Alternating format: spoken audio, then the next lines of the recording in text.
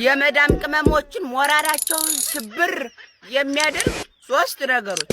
አንደኛ ስራ እየሰሩ መዳም መጥታ ያላ ሱራ ስትላቸው መክነሳውን ይሁን ምኑን ጥለው ቢጣፉ ደስ ይላቸው ነበር። ግን ብር የሚባል ነገር ካልተሰራ አይመጣም።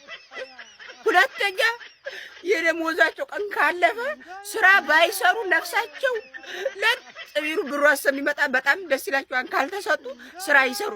መረጃው በጣም ትክክል ነው። ሶስተኛ እንደ መናጢ ውሻ ሲሰሩም ሲወጡም ቂጥቂጥ ሲከተሏቸው በጣም ይናደዳሉ። ለምን ለጅንጅና አይመችማ ሃይ ብሏት ያነ መናጢ አንድኛው እያለች እስከምትሄድ አይን ነው የምታየው። ተው በቃ ቢቀርስ ጅንጅኑ። አባቷን የምትወድ ሴት ልጅ ቁርጥ አባትሽን ነው የምትመስዩ እንደመባል የሚያስደስታት ነገር የለም።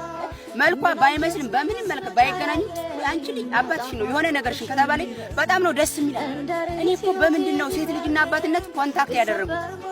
በጣም ነው የሚለየው። የኔ ሴት ልጅ በቃ ያለው እንደዚህ እኮ ነው የሚሳሳላት እንደዚህ። እሷም ደግሞ አንቺ ልጅ አባትሽን ወይ ጸባይሽን አረማመድሽን እንደው መልክሽ አፍንጫሽ አይንሽ ካልዋት ልቧ እርግብ ነው የሚለው አባቷ። ግን ደግሞ በዛው ልክ ጭራቅ የሆኑ ሴቶች አሉ። እኔ ለምን ረገበኝ እንዲህ ያላለኝ አባቴን አልወደውም ምና እሱ በቃ መረገም ነው። አባቱን ሰው የሚጠላ ሰው አቤት። ሴት ልጅ በህይወቷ የምትወደውን ሰው ስታጣ ሌላ ሰው መግባባት ያስጠላታል። ቤተሰብ ጋር ጓደኛ ጋር ማውራት ይደብራታል። ለዚህ ነው በፊት ዝም ብላ ሳቂታ የነበረች ልጅ አሁን ባረባውም በረባውም ነገር ማልቀስ እንባ ነው የሚቀድማት። ለዚህ ነው ይሄ መረዳት አለባችሁ። የሴት ልጅ በህይወቷ ትልቁ ፈተና የሚሆነው የምትወደውን ሰው ስታጣ ነው። አንድ በችግሯ ሰዓት ለሷ መጽናኛ መደበሪያ መፍታጃም ጊዜ ማሳለፋም የሚሆነው ስልኳ ብቻ ነው። ይሄን ወቁ። ሰው አይደለም። ሰውማ በቃ ሰው ውሎ ሰው ለምንም እንደማይጠቅማት እኮ የዛን ሰዓት ነው የምታውቀው። ቤተሰብ በሉ ጓደኛ በሉት ምንም እናት አባት ጭምር ሊያስጠላት ይችላል። ማለት ነው እንግዲህ ለቃላቱ ይቀርታ፣ ግን ምንም ማድረግ ስለማይቻል የወለዳች እናቷ ራሱ በቃ ለምን እንደሆነ አታውቅም፣ ግን የሆነ ማውራት አትፈልግም ነገር። በዚህ ሰዓት ደግሞ ተረዷት። በቃ ስልኳን ብቻ ነው የምትፈልገው። አንዴ ኢንስታግራም፣ አንዴ ቲክቶክ፣ አንዴ ፌስቡክ፣ አንዴ ዩቲዩብ የሚሉ ሰዎች በቃ የዚህ ችግር ተጠቂ ናቸው። መጀመሪያ ዝም ብላችሁ ትፋቀሩና ከዛ ትንሽ ቆየት ብላችሁ ስታጣሩ እምነታችሁ የተለያየ ነው። አንዳንዶቻችሁማ እያወቃችሁ ነው የምትጀምሩት። ታይ ግን ፍቅሬ ተው ግን አባትዬ እምነታችን ምን ሊሆን ባክሽ ተይው፣ መጨረሻውን አላህ ያውቃል፣ እግዚአብሔር ያውቃል። ምኑን ነው የሚያውቀው? እኔ እኮ በጣም ነው የምትገርሙኝ። መጀመሪያ እሱ ያውቃል፣ በቃ ተውት እንግዲህ ፈጣሪ ካለ ብላችሁ ትላላጡና ከዛ አንቺ ቀይሬ አንተ ቀይር፣ አንቺ ቀይሬ ብላችሁ ትለያያላችሁ። ከዛ ከሃዲ ነሽ ከሃዲ ነህ። የምን አባታችሁ ከሃዲ ነው? እና ሰው እምነቱን ይሽጥ እንዴ ለቅራቅንቦ ፍቅራችሁ በተጋባችሁ በሳምንት ለምትለያዩ ፍቅር?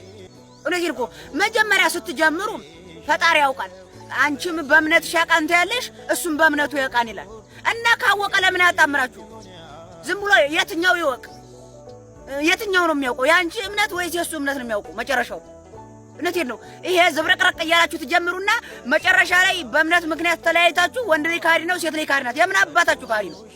እና ሰው ለዚህ ጫምላቃ ፍቅር ብሎ እምነት አልቀይርም ወይ ወደ እኔ ነኝ ወይ ወደ አንተና ምናምን ተብላችሁ ስትጣሉላ ካዲ ነው። አያዋጣም። አርፋችሁ ተቀመጡ። ሲጀመር ሸቅሉ። እንዴ ቆይ ምን ልትሰሩ ነው የመጣችሁት? ደግሞ እኮ አሽቶ ማለት ተቃራኒ እምነት ጋር ነው የሚያፋቅር ያለው ነገር።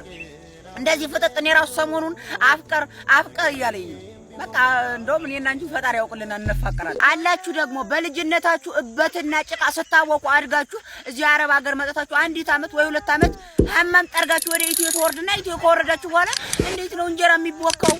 እኔ ቆና ሐሳብ ሆነ እንጀራ አጥቶ ነው መጋገር ጅጅና እኔ ልጋግርልሽ ወስፊያታል። እኔ እኮ በጣም ነው የምትገርሙ። ለምንድን ነው የምትጠብሩት? እዚህ የምትሰሩትን አናቅም እንዴ? ዝም ብላችሁ በየስራችሁ ተከባብረን ስሩ። እዛ ከሄዳችሁ በኋላ እንዴት ነው እንዴ ያ በሬው ነው እንዴ ወይ አይ አህያይቱ ናት እንዴ ያለ ጉድ እኮ እናንተ ሄዱ። እኔ ግርም አትጠብሩ፣ ተው። እዛ ማን ለማስቀናት ነው የምትጠብሩት?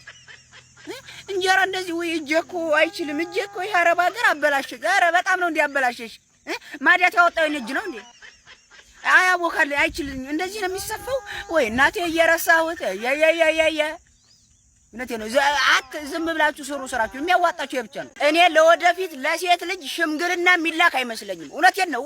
ትሄዳለህ፣ ልብሷን ታንጠለጥላለህ፣ በግድ ይዘህ የሚወጣ ነው የሚመስል። እንደው እስኪ ልብ በሉት። እንደዚህ ነው አሁን። ተውት። በፊት አባቶቻችን ለምሳሌ አሁን ሲያገቡ ሲጋባሉ መጀመሪያ ሽምግልና ይልካሉ። ከዛ የቀን ቀጠሮ ይሰጣቸዋል። ከዛ በዛ ቀን ቀጠሮ ሂደው ደግሞ ልሰብበት ይባላሉ። ከዛ በሶስተኛው ወይ በአራተኛው ሄደው ነው እሺ የሚባሉት። አሁንስ ሙሽራውም አብሮ ይሄድልሃን እንደዚህ በሱፍ ደቀል ብሎ አበባ ይዛል ማዘርዬ ልጆትን። አቤት በታታነት አቤት ትውልድ በቃ እስከ 2000 በእኛ አቆጣጠር እስከ 2021 እና እስከ 2022 በቃ ትሄዳለህ በፔስታል ነገር ቁጥር አድርገህ ወደ ቤትህ ትመለሳለህ። እንደዛ ነው የሚመስለኝ። አበላሹት። አሁን እኮ መመላለስ የለም። ትሄዳለህ ባንድ ቀን ሙሽራው ፍጥጥ ይላል። አንተ ነህ አሁን ነኝ እዝጎ ውርደት ገና እውነቴን ነው። ሴቶችዬ እንደው የወዲያ ዘመን ያለው እኔ እንጃ አደረሰኝ። ያው እኔ አሁን ባለሁበት እድሜ እንኳን ለማግባት ችግር የለውም አሪፍ ነው የሚሆነው። ግን የልጅ ልጆቼ ምናምን ስወልድ ምናልባት ከወለድኩ ያንን ዘመን አሰብኩት። በቃ ትሄዳለህ የወደዳት ልጅ ከእናት አባቷ ፊት ጉትት ውጥት ነው የሚሆነው። ትምህርት ያልተማራችሁ ሰዎች ከኔ ቪዲዮ ኮሜንት ላይ እየገባችሁ ከቸ እስከ ቿ ከቀ እስከ ቋ ከኤ እስከ ዜድ የመሳሰሉት ቋንቋዎች ስላሉላችሁ ገብታችሁ መማር ትችላላችሁ። እውነት ነው። እድሜ ለእኔ ኮመንታተሮች እኔ ራሱ ምሁር አደረጉኝ። በን ሲጽፉ፣ ሰን ሲጽፉ፣ ረን ሲጽፉ፣ ቋንም ሲጽፉ፣ መንም ሲጽፉ በቃ ምሁር አደረጉኝ። እውነቴን ነው። ስለዚህ ትምህርት ያልተማራችሁና አቋርጣችሁ የወጣችሁ ሰዎች አንድ ሰው ቸ ብሎ ይጽፋን ሙሉን ይሞሉታን፣ መ ብሎ ይጽፋን መልምን ላርገው ይሞሉታን፣ ኤ ብሎ ይጽፋን እስከ ዜድ ይጨርሱታን እና እዛ ገብታችሁ መማር ትችላላችሁ። ክፍያ የለውም። እውነቴን ነው።